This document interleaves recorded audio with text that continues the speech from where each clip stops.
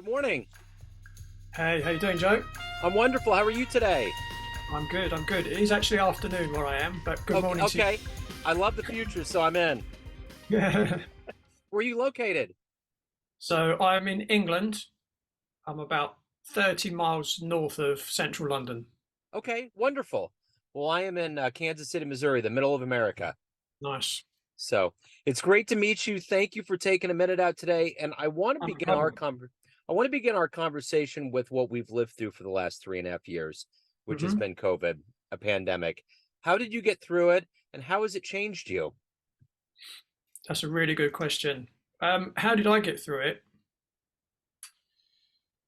I would say the first thing was um, when I first saw people falling over in the street in China. I knew something was up, and I knew in my gut that what we were being told wasn't the truth. So I went on a big dive into what was really going on, and if you want to talk about that, we can. But um,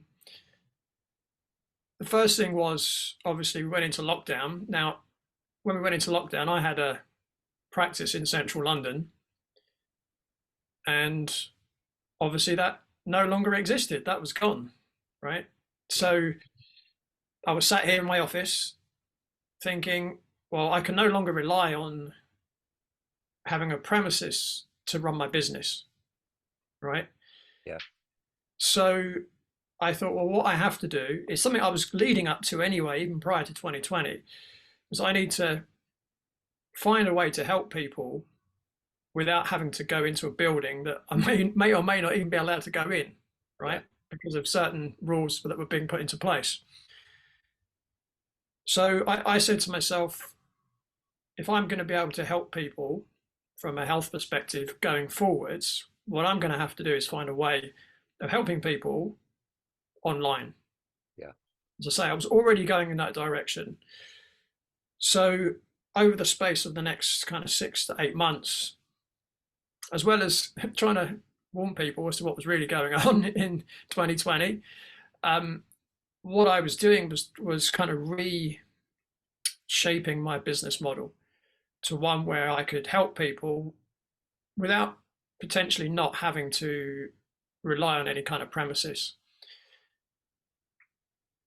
Just going back a little bit in terms of 2020, I fell out with lots of friends and family because they had different views to me as to what was going on. I was called all kinds of names by people, but subsequently, everything that I was warning people of is either happened or is about to happen. Um, and also, I get a lot. I got a lot of people also thanking me for the information I was putting out. yeah. Um, Facebook, LinkedIn, YouTube, they all banned me for telling what we now know was the absolute truth. Um, but my business model changed, and I thought, well, I need to start helping people online. So I created some online businesses. I wrote my fifth book. Actually, I wrote two books since 2020. One was about the coronavirus and how best to protect yourself naturally without requiring any experimental interventions. Yeah. And the second one was something that's close to my own heart because I suffered for 18 years. It's just coming out now. It's available for pre-order, and it's a book called Eliminating Adult Acne for Good. And the reason I wrote that, A, yes, to help people, but B, I go on a number of Facebook groups where, they're acne Facebook groups. And it breaks my heart because people are asking questions that are not going to give them the solutions they're looking for. Yeah. So they're saying, oh, should I try this drug? Should I try that drug? Should I try this product? Should I try drinking this? Should I try that? That way around the situation is never going to get to the root cause of the problem. That's just treating the symptom. And another reason I wrote the book, not just to help people, but the other thing, so I created an online coaching program to help people. And I thought, great, that's a more affordable way for me to help people than working with me one to one.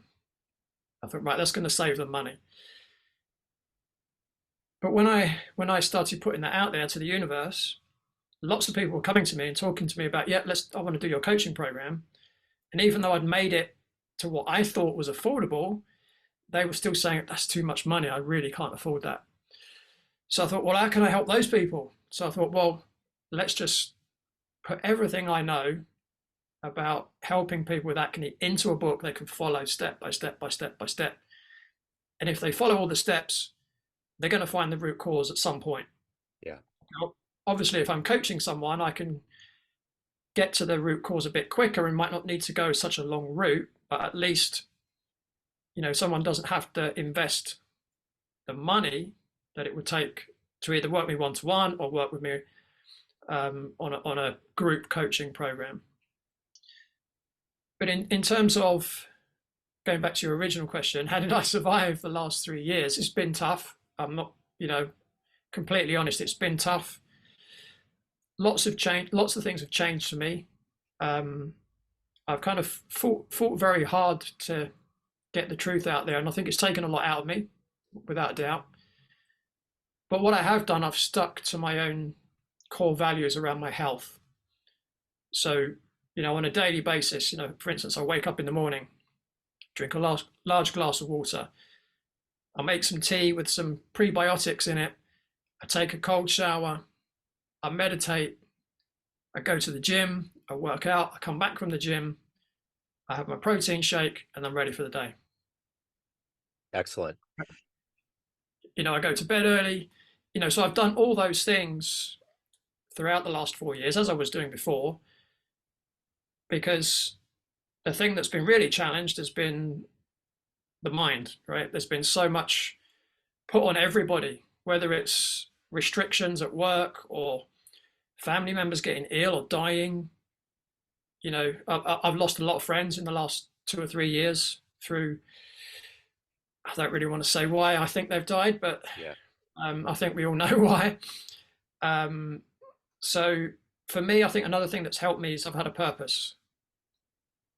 Again, I want to help people, but I also want to help expose the truth. And having that purpose has really been what's kept me going, I would say. So let's And, get, no, go ahead. yeah, I was just going to say, and the other thing else as well, I think, I don't want to make this seem too down, but I think humanity is in a quite serious place right now. And as a 54-year-old, I can kind of say, well, I've had a good time. I've had a really good time on this planet. But there's lots of people that are young. Yeah. I've got nieces and nephews in their 20s and 30s. I've got a great nephew. He's just about to turn 1. I don't want them growing up in a world that some people want to create. And I want to try and do the best I can to stop that from happening. Yeah, for sure. So along with being an author, I want to get to the essence of what you do for a living. If I put you in front of a bunch of third graders, it's career day, and one of the kids looks up and says, "Hey, what do you do for a living?" How do you answer that child? So I help people with all kinds of health conditions, but mainly skin conditions, gut conditions. So problems with their tummy, if they're a third grader, and people that are in pain. So people's shoulder hurts, their back hurts, their knee hurts. I work with those people. And the way I do that is using a fully holistic approach. So, for instance, if someone's in pain, I work on their physical body with my hands. I analyze what's going on with their physical body. I look at, what are the ranges of motion each of their joints have, for instance. I work out, where they've got restrictions or where they're too loose. And where they're restricted, I teach them how to mobilize and stretch. And where they're too weak, I teach them how to strengthen those areas. I also do functional medicine. So I run labs on people to find out what's going on, internally. But I also work on the psychological, emotional level as well, both just, through talking, but I also do some energy medicine as well. So I try and look at the human body as a system of systems, and try and come in at whatever angle is best for that person. So I would like to get also kind of, when you were in the third grade, what did you want to be when you grew up? What was your dream? Oh, well, that would have been a soccer player, There you as go. most English boys do. Yeah. So how did you get to this point? Talk to me a little bit about where you were born and raised, and what were the seeds that were put into you to not only be a writer, but to want to help people and to get to this holistic approach that you have? Yeah, I'll try and give you the short version because Okay. it's been a long road, a Yeah. good road, but a long one. So growing up, I was sport mad, absolutely sport mad. I played every sport under the sun, and as a teenager, I thought I'd quite like the idea of being a PE teacher, a physical education teacher, but they didn't get paid very well. I thought, nah, not really sure about that. The only other thing I really enjoyed at school was technical drawing, and I thought, oh, architect, that might be a route for me. But then when I left school at 18, I kind of fell into office jobs, and I did that to earn enough money to go out and chase girls at the weekend and things that us youngsters do. But it wasn't until I was in my mid 20s and I had what I thought was my dream job at the time, and I'd wake up every day and just think, there's more to life than this. There's something missing. I couldn't work out what it was. So I was working in central London at the time. So I actually grew up on what we call a council estate in North London. So I was on the edge of London, and I was training at a gym near where I worked, and there was a couple of the guys there, and they were called personal trainers. I'd never heard of that before. It was a new thing in the UK in the mid 90s, personal training. So I'm having dinner one night with a couple of the trainers after my workout, and we're talking away, and these guys said, "How do you know all this stuff?" And I was like, "What do you mean?" And they said, we got sports science degrees at the top sports science university in England, and you're talking to us like you were in our class. Like, how do you know all this stuff? And I just said, well, when I do something, I do it properly. So I just read all the time. So back then it was textbooks and magazines. There was no internet back in the mid 90s. Yeah. And one of them just happened to say, why don't you do what we do? And that was like my lightning bolt moment. It's like, oh, wow, I can actually do this for a living. This was almost like, in my teenage years, I considered being a PE teacher, but this was even better Yeah. because I already loved being in the gym. I've been working out for a few years by this point. And that was my spark to really go away and study. And so I originally studied with the American College of Sports Medicine, and I became a personal trainer in 96. And then I did that for 5 years. And I worked in a lot of different places. I lived in Australia for a while. And what I found was wherever I worked, whether it be the other trainers or the other trainers' clients, if they had a question, would come and ask me. And I used to think, well, who am I going to ask? I do all this reading, but there's got to be people for me to learn from. And there was one guy that I'd been reading his articles since the mid 90s, a guy called Paul Chek. And it just turned out as around that time, he was starting to teach his courses in the UK. Now, at that point, even though I'd got some really good success with some clients, there were some who weren't getting good results, and I couldn't understand why. I was really kind of scratching my head, and that's where I was thinking, well, who can I ask more questions? How can I learn more? So to cut a long story short, Paul Chek started running courses in the UK, so I started learning his system, and that took me 5.5 years. So from 2001 to early 2007, some of it in the UK, some of it in Denmark, some of it in California. And that changed my world completely upside down. And I started to get answers. And it wasn't just answers in terms of how to help people, but it was answers in my own life as well. It helped me develop as a person. And it sparked my curiosity to learn all these other different subjects as well. So at the Institute, we were encouraged, learn other stuff, go and learn sports massage, learn more about nutrition. It wasn't like, oh, you can only learn what we teach you and everything else is no good. It's like, learn, go off and find your own niche. So what I've done over the years is, I can help lots of different types of people, but what I enjoy doing is helping people overcome the same issues that I went through, because I know how it feels. Yeah. I had acne for 18 years, and that was awful. That was absolutely awful. You wake up every day almost dreading that you're alive. right? Because on the days where your face was really bad, you didn't even want to get out of bed. It has a real psychological effect on you.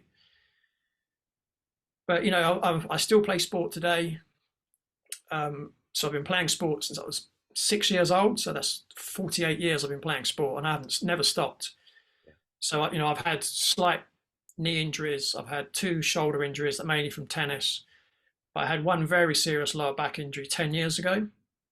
So I really enjoy working with people with skin issues, particularly acne, but eczema as well. I've also had gut issues. So my gut issues came from the medication I was given for acne.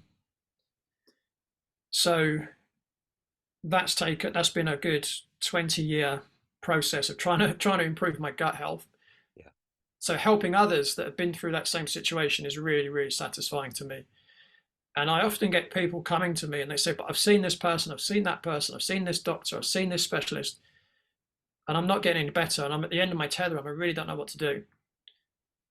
And for me, the key thing is to find the root cause or the root causes of someone's problems and teach them how to override that or to eliminate whatever the root cause is. Because if you've got a problem and you don't get to the root cause, all you're doing is probably masking the symptom. So the underlying cause is going to continue bubbling away under the surface.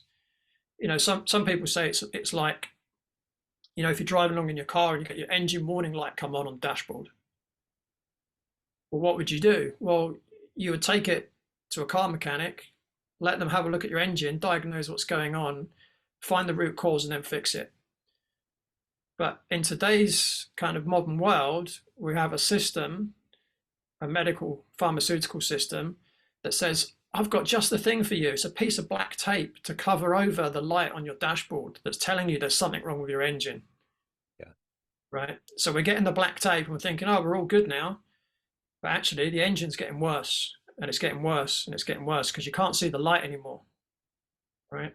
Yeah. So my job is like the mechanic. I want to diagnose what's wrong with the engine and then teach the person how to fix it themselves. Yeah. Right. It's not for me to fix, it's for me to teach someone how to fix it themselves. Yeah. Yeah. So who's been kind of a hero for you in your life? I've had many. I mean, there's so many sports people I would say have been my heroes.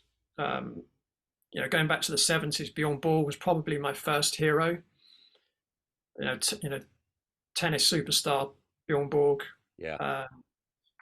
There was a soccer player called Kevin Keegan. He was my first soccer hero. He's the reason I support the team that I've supported since I was sort of 6, 7 years old.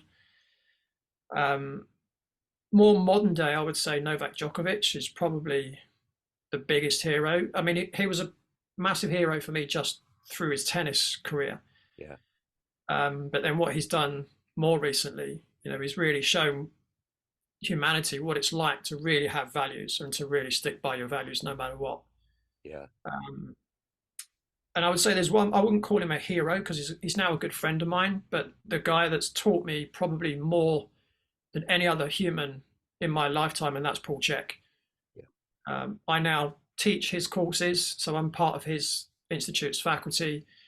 And I would say outside of my parents, he's probably had the biggest influence on my life, not even just my career, but my life, I would say.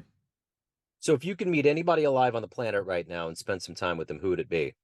Oh, that's a great question. The first name that came into my head was Stevie Wonder. Oh, wow. Cool. That would Yeah, be cool. he's another hero of mine. Actually, I know I'm really big into music, and Yeah. I got to see him play Hyde Park in London, Wow. I think about 13, 14 years ago. Yeah. And one of the best days of my life. It was just absolutely phenomenal. So yeah, probably would be Stevie Wonder, I would say. Yeah. What was the first live concert you saw that blew you away? First, ooh,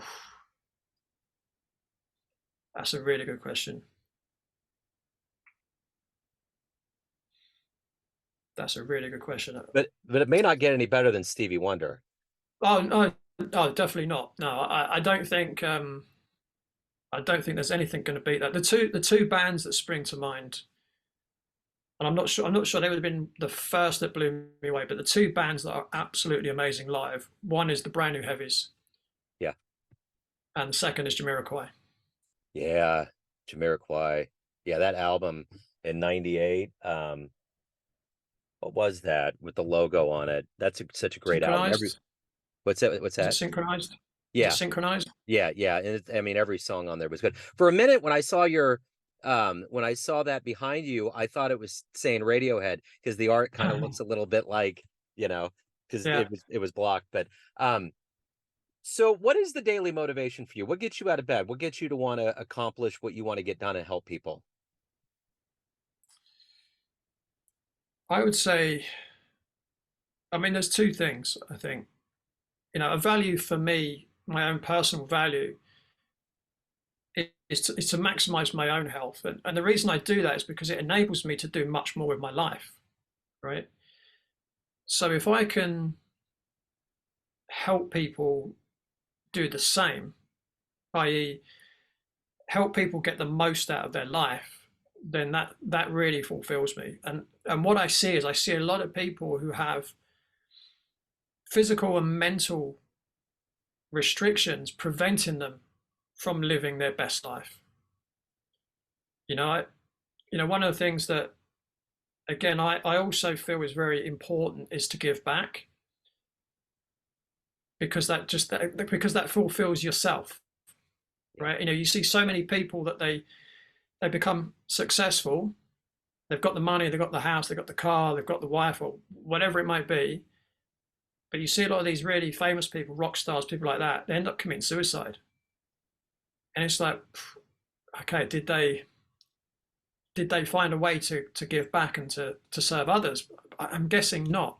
Probably more complex than that. But I think quite often, if you can get yourself to a certain level, then you're in a position to be able to help others. If you're struggling day to day yourself, you're not really going to be too concerned about helping anyone else. Um, so so that's really important to me to try and I guess what I'm trying to get across is because I value so much what I've been able to achieve myself, I want others to be able to experience that. yeah, And that's what really gets me up every day. And to have fun, right? Life yeah. should be fun, Absolutely. right? Yeah, So so I'll definitely add that in. I've actually got probably can't see behind me. There's a little there's a little picture of a baby rhino. yeah, And you might think, what am I doing with a picture of a baby rhino on my office wall? Well, a baby rhino is one of my power animals, and it's there to remind me to have fun. yeah. Which is why it's on my wall to remind me every day to spend time having fun every day.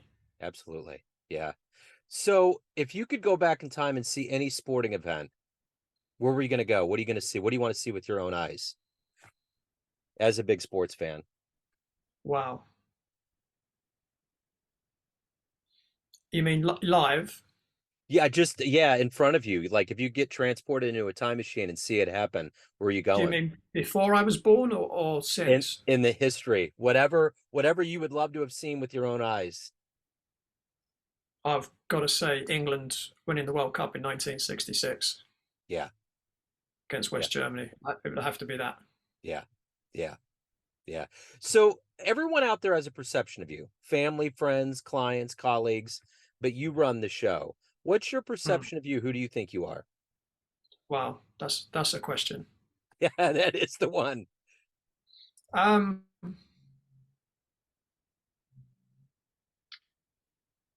I would certainly say, certainly think of myself as a good guy for sure.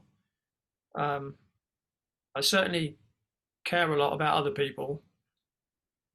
Um, I think I'm smart, whatever that means. I seem to be able to take on information quite easily and absorb it and share it to others in ways that they can understand it. Um, sport mad, absolutely sport mad. Gym junkie. Um, someone with an absolute thirst for learning. Like I could, if I could turn my screen, I would. I'd show you my bookcase. I've got about 200 books I've bought. I've still yet to read. That's Yeah, just the ones I haven't read. yeah, Um, so yeah, I think that sums me up yeah. reasonably well. So what's the best advice you've ever gotten? To be honest, Yeah. to be brutally honest, and that's the biggest lesson I would say I've learned from Paul Chek. And he, I wouldn't say necessarily he told me to be honest. He showed me how to be honest. There's a difference. Yeah. I get it. Almost to the degree. I mean, obviously, sometimes you might be in a certain situation where telling the truth is going to hurt, and you might want to soften the blow a little bit. But for me, being honest in all situations is the best way to be. So if anyone out there wants to get your books, reach out to you, hire you, learn more about you, what do they do? So my website is www.bodychek, that's chek.co.uk. You can find my books on there. Probably to reach out, probably Instagram is probably the best way to get hold of me. And my handle on Instagram is Radical Health Rebel. And that's actually the handle to my podcast. Excellent. This has been great, man. Thank you so much for your time, for your story, and being open and honest. I appreciate it. Thank you, Joe. It's been a pleasure. Absolutely.